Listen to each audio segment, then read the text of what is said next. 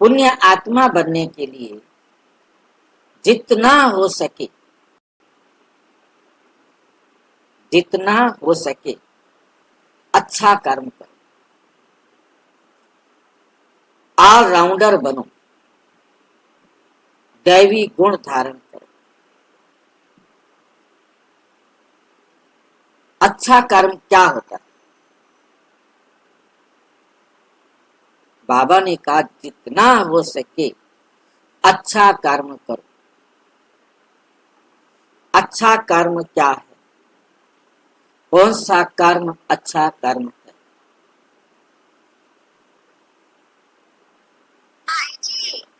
हाँ जी, जब हम कोई अच्छा काम बिना स्वार्थ के लिए करते हैं ना, मतलब दूसरों के कल्याण के लिए, तो वो अच्छा काम है। मुझे ये जानना था कि अच्छे कर्म कौन से हैं ताकि हम वही कर्म करें। सबको बाबा का परिचय देना ही अच्छा काम है। सबसे अच्छा कर्म है हर आत्मा को परमात्मा से मिलाना, उनके बाप का परिचय को देना, उनका अपना परिचय देना, ड्रामा के चक्र का परिचय उनको देना, ताकि वे अपने आप को बाबा के साथ जोड़कर अपना सारे कल्प का श्रेष्ठ भाग्य लिख सके।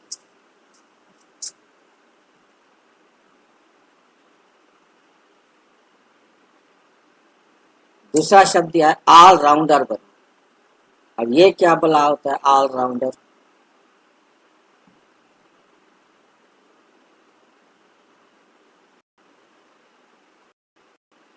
एक दादी का नाम दादी,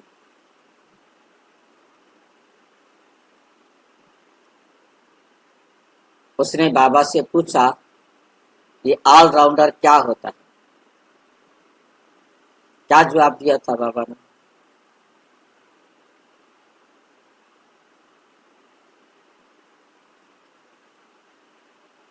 ऑलराउंडर का जवाब क्या दिया था बाबा ने?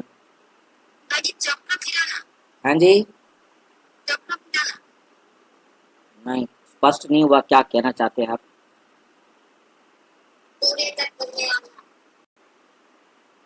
नहीं, इसको समझ में आया क्या बोल रहे हैं बहन जी?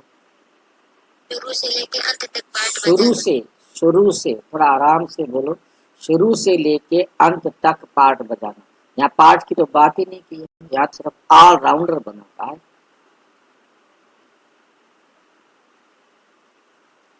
दादी ने पूछा और उसका नाम फिर दादी ने वैसे किया और उसका नाम ऑलराउंडर दादी हो गया।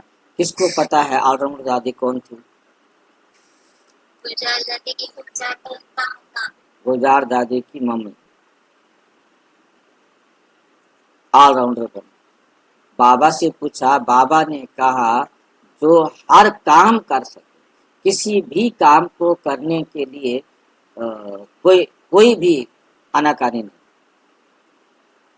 कोई कोई ऐसा नहीं कि मैं नहीं कर सकता, ये तो पुरुषों वाला काम है, मैं तो औरत हूँ, मैं तो पुरुष हूँ, ये तो औरतों वाला काम है, मैं नहीं कर सकता। हाँ जी, आनाकानी तो है ही, मतलब ठीक, पर उसके अलावा हर कार्य में दक्षता, परफेक्टनेस के साथ। मतलब ये नहीं कि मैं कर तो रहा हूँ, क्या करूँ, मैं तो पुरुष हूँ ऐसा ही करूंगा, मैं तो औरत हूँ ऐसा ही करूंगी, हमसे ऐसा ही बनता है। उससे कहते हैं ऑलराउंडर।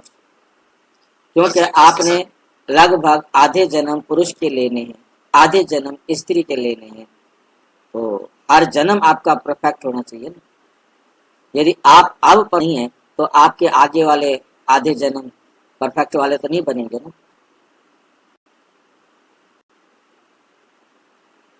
ऐसे स्कूल में हमने एडमिशन ले लिया है। ठीक लिया एडमिशन या गलती की है?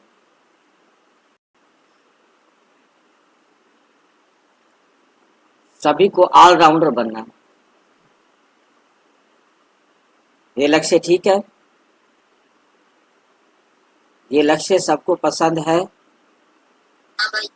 या किसी कोर्ट में अपील करें कि थोड़ा सा हमें रिलैक्सेशन दिया जाए?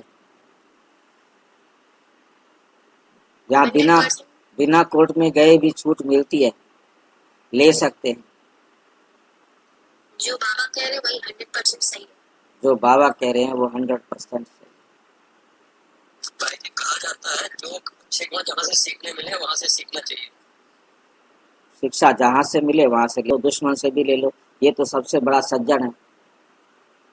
दुश्मन से भी शिक्षा ले लेनी चाहिए, ये तो सज्जन है, इसको तो लेना ही लेना पड़ेगा।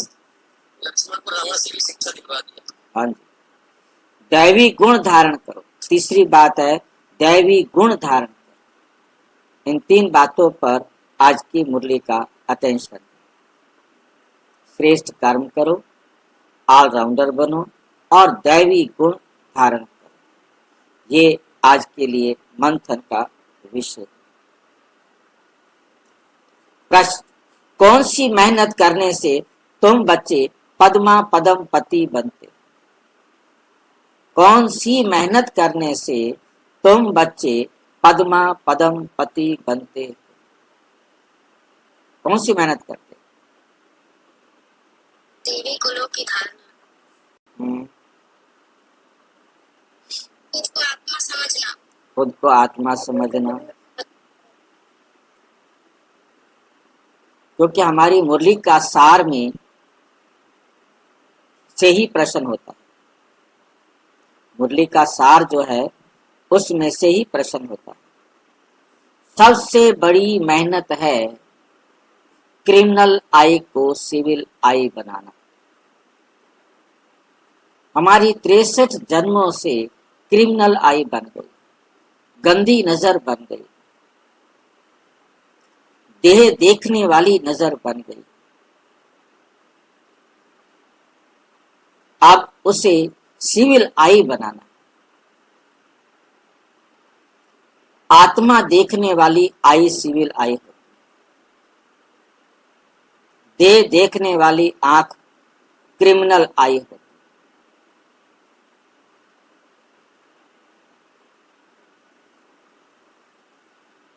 आत्मा देखना ही केवल सिविल आई।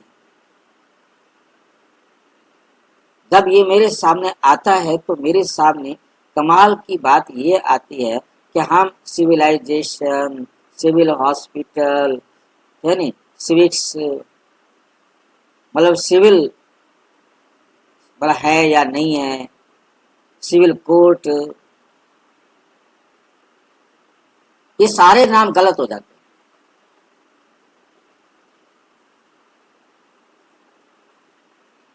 सिविल का अर्थ उन्होंने सामान्य ले लिया, सामान्य अस्पताल, सामान्य कोर्ट, जबकि सिविल का अर्थ है सामान्य। परंतु क्योंकि हम आत्मा हैं, हम ना स्त्री हैं ना पुरुष, ना बड़े हैं ना छोटे। सभ्यता सिविलाइजेशन सभ्यता के सबसे प्राचीन सभ्यता फलानी है। सभ्य भी उसे कहा जाता है जो सबके साथ अच्छा व्यवहार कर सके। सभ्यता से बात करें जी भाई। व्यवहार अच्छा करे। अच्छा व्यवहार भी हमारा तभी बनता है जब हम सबको आत्मा समझे। आत्मा से, रूहानियत से। हम आत्मा के सिवाय स्त्री और पुरुष देख के बात करेंगे तो हमारे बातों में सभ्यता नहीं रहेगी, गड़बड़ हो जाएगी। बहनें फिर भी कर ले, भाई नहीं कर सकते। बहनों में एक विशेषता होती है कि वो कैसे भी मतलब अपने अंदर कंट्रोल कर सकते हैं, परंतु भाइयों में ये विशेषता नहीं होती। इसी विशेषता के कारण ही बाबा ने बहनों के सिर पर ये मुरली सुनाने का कलश रखा, सेंटेंस संभालने का कलश रखा। हो जाती हैं गलत बहनें भी, परंतु 5 से 10%। तो मतलब कहने का है कि बाबा ने हमें क्या कहा, सिविल आई बनो, क्रिमिनल आई खत्म करो।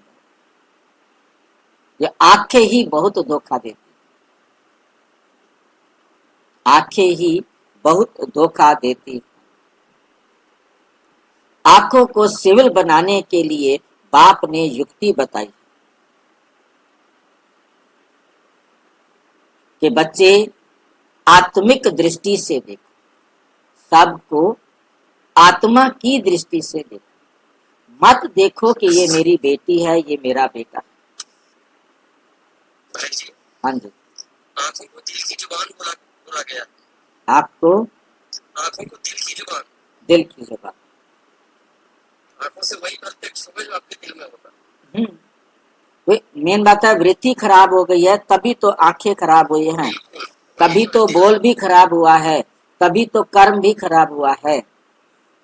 तो दिल से ही आंखों का कंट्रोल है। Face is the index of mind. Face में सबसे पहले जो बातें करती है वो आंखें करती है। बाकी फेस में बातें करने वाला कोई ज्यादा परिवर्तन नहीं आता। सबसे बड़ा परिवर्तन आंखों में आता है। आंखें सबसे ज्यादा बोलती, बिना बोले बहुत कुछ बोलती, इसलिए जबान कहा उसको।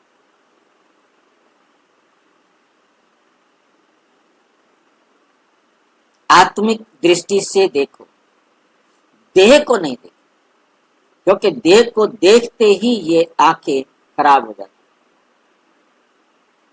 मैं आत्मा हूं, ये अभ्यास पक्का करो। इसी मेहनत से तुम जन्म जन्मांतर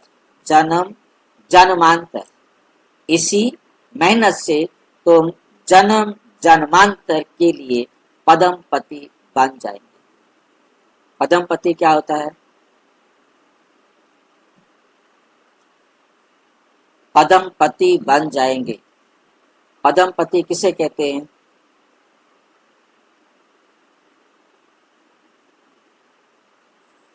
पदम कमल को कहा जाता है, और गिनती में सबसे बड़ा अंक जो है वो पदम होता है। परंतु यहाँ कौन सा लिया जाएगा? कमल वाला। यहाँ कमल वाला दिया। कमल आसनधारी बन सकते हैं। देवताओं को कमल आसन पर बिठाया है, वहां कोई रुपयों के आधार पर नहीं। सतयुग में पवित्रता के आधार पर ही धन्य है सारी बात। पदम पति बनने का मतलब है कमल आसनधारी बनना, पवित्र बनना। क्योंकि बिना हम कमल आसनधारी बने, कमल समान बने, हम सतयुग में नहीं। सतयुग में संपन्न होता है, सर्व संपन्न। कमल फूल समान जो पवित्र न्यारा प्यारा बनता है, वही सतयुग के आदि में जाता है। जितना कम कमल आसनधारी होता है, उतना देर से सतयुग में जाता है। मतलब एकदम उनका जीवन न्यारा और प्यारा होगा। न्यारा और प्यारा का मतलब हम अच्छी तरह समझ रहे हैं। आत्मा समझे बिना कोई भी न्यारा प्यारा नहीं हो सकता। जब तक उसकी दृष्टि रूहानी नहीं हुई है, वो कभी भी पदम पति नहीं बन सकता। पदम पति बनने के लिए, न्यारा और प्यारा बनने के लिए बाबा की इस श्रीमत को अपने जीवन में जरूर धारण करना होगा, जरूर धारण करना होगा। गीत। धीरज धर मनवा, तेरे सुख के दिन आए कि आए। ओम शांति। ये किसने कहा? शिव बाबा ने शरीर द्वारा कहा। कोई भी आत्मा शरीर बिगर बोल नहीं सकती। बाप भी शरीर में प्रवेश कर आत्माओं को समझाते हैं। बच्चे बच्चे, अब भी तुम्हारा जिस्मानी कनेक्शन नहीं है,